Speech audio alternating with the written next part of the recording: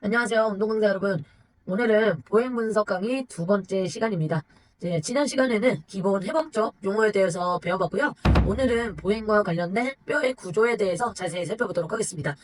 보행은 우리 몸의 여러 구조가 협력하면서 이루어지는 복잡한 과정이고요. 그 중에서도 골반과 다리의 뼈들은 보행을 가능하게 하는 핵심적인 역할을 합니다. 첫 번째로 알아볼 뼈의 구조는요, 골반이고요. 펠빅이라고도 하죠. 골반은 우리 몸에서 중요한 역할을 하는 구조로 알고 계시죠?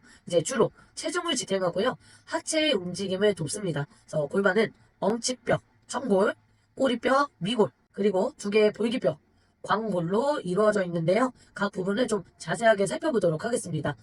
첫 번째, 엉치뼈, 세이크럼이라고 하고요. 척추와 골반을 이어주는 뼈로 5개의 엉치 척추가 서로 붙어서 단단한 구조를 형성하고 있습니다. 이 뼈는 상체의 무게를 좀 지탱하고요. 골반과 연결되어서 안정적인 움직임을 가능하게 합니다. 자, 두 번째는 꼬리뼈이고요. 코식스라고도 하는데 흔히 꼬리의 흔적으로 불리는 이 뼈 같은 경우는 3개에서 5개의 작은 잔유 척추뼈로 이루어져 있고요. 앉았을 때 체중 일부를 분산하는 역할을 합니다. 자, 세 번째는 볼기뼈, 콕살본, 광골이라고 하고요. 골반을 이루는 주요 뼈예요. 그래서 엉덩뼈, 장골, 궁둥뼈, 좌골, 두덩뼈, 치골. 이 3가지의 뼈가 결합해서 형성된 뼈를 광골, 콕살본이라고 보시면 됩니다. 그래서 이 뼈들은 체중을 견디고 다리와의 연결을 통해서 보행을 가능하게 합니다. 그래서 골반의 뼈들은 단단히 연결되어 있고요. 엉치 엉덩 관절에서 미세한 움직임이 발생하는데요. 엉치 엉덩 관절은 세이크로 일리악 조인트, SI 조인트라 그래서 세이크로는 청골을 이야기하고요. 일리악은 장골을 이야기합니다. 그래서 청골과 장골이 만나는 관절이라고 생각을 하시면 됩니다. 하지만 성인에서는 이 움직임이 미미하기 때문에 보행 분석에서는 골반을 좀 단일한 구조로 보는 것이 일반적이고요. 골반의 위쪽은 척추의 오버너리뼈 L5가 관절하고 아래쪽에서는 엉덩관절이 있는데요. 이 엉덩관절의 절구는 넙다리뼈 머리가 들어가도록 설계된 구조이고요.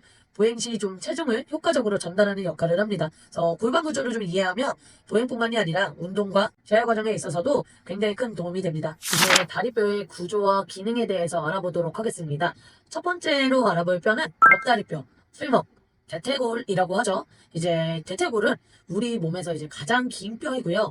하체의 움직임과 체중 부하에 중요한 역할을 합니다. 그래서 걸을 때 넙다리뼈는 골반과 연결돼서 안정성을 제공하고요. 무릎 관절까지 이어져서 다양한 움직임을 가능하게 합니다. 또한 체중을 지탱하고 다양한 근육이 부착되는 중요한 지점이기도 하고요. 넙다리뼈가 어떻게 움직이는지 이해하면 보행 역학을 조금 더 깊이 있게 분석할 수 있습니다. 넙다리뼈의 머리는 골반의 절구에 꼭 맞게 연결되어 있어서 엉덩 관절을 좀 이루고요. 다리가 좀 자유롭게 움직일 수 있도록 돕는 역할을 합니다. 넙다리뼈의 목, 피모랄 렉은 머리 아래쪽에서 몸통과 연결을 하고요. 큰 돌기, 그레이터 트로칸터와 작은 돌기, 레서 트로칸터는 주요 근육의 부착점이 되기도 합니다. 그리고 아래쪽에서는 무릎 관절, 니 조인트를 형성하기도 합니다. 무릎뼈 구조에 대해서 알아보도록 하겠습니다.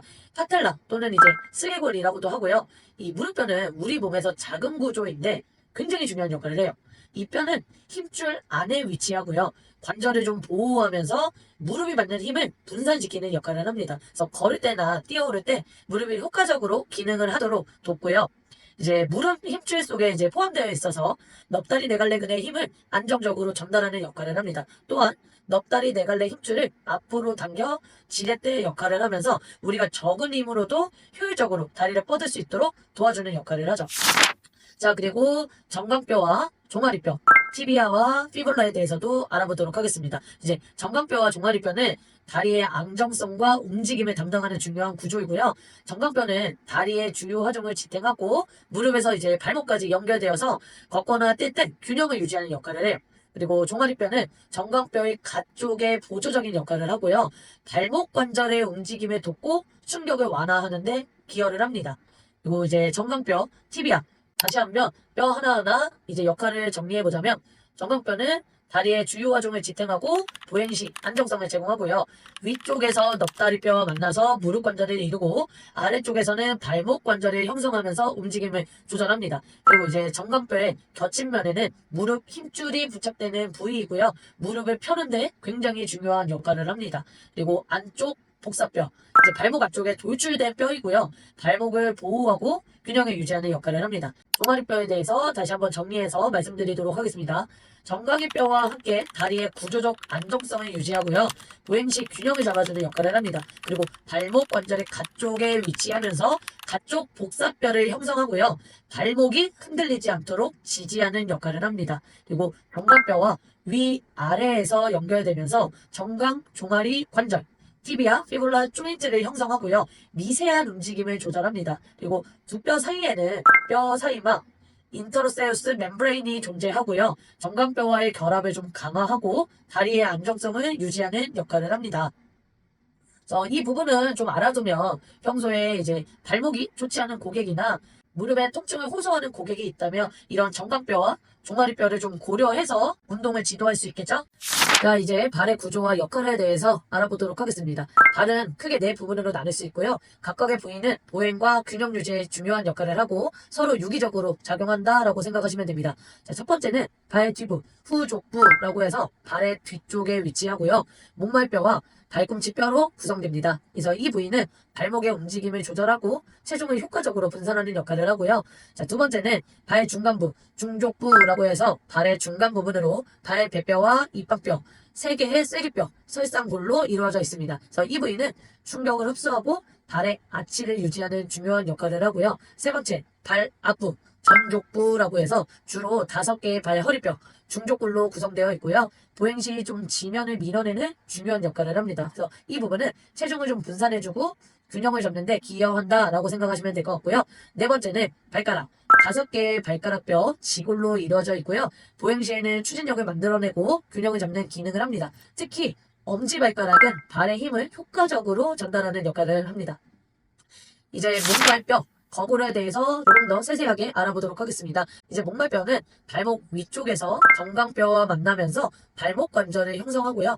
안정적인 움직임을 가능하게 합니다. 그리고 가쪽에서는 종아리뼈와 연결되어서 발목의 회전과 균형을 유지하는 데 기여하고요. 아래쪽에서는 발꿈치뼈와 맞닿아 있어서 충격을 흡수하고 지면과의 접촉을 조절하는 역할을 합니다. 자, 이제 발꿈치뼈, 종골에 대해서 조금 더 세세하게 알아보도록 하겠습니다. 종골은 발 뒤부에서 가장 큰 뼈이고요. 체중을 효과적으로 분산하는 역할을 합니다. 그래서 발의 뒤쪽에서 충격을 흡수하고 걷거나 뛸 때 균형을 잡아주는 역할을 합니다. 그리고 앞쪽에서는 입방뼈와 연결되어서 발의 유연한 움직임까지도 돕는 역할을 합니다. 네, 오늘 배운 내용을 정리해보면 보행에 중요한 골반과 다리의 뼈들이 어떻게 체중을 지탱하고 균형을 유지하며 원활한 움직임을 돕는지 이해할 수 있었는데요. 이러한 해부학적 이해는 보행 분석뿐만 아니라 재활, 운동, 그리고 일상적인 움직임을 개선하는 데도 굉장히 큰 도움이 됩니다. 다음 강의에서는 관절과 인대에 대해 학습을 할 거고요. 보행 과정에서 이들이 어떤 역할을 하는지도 자세히 알아보도록 하겠습니다. 오늘 강의 수고 많으셨고요. 다음 시간에 다시 만나 뵙도록 하겠습니다. 감사합니다.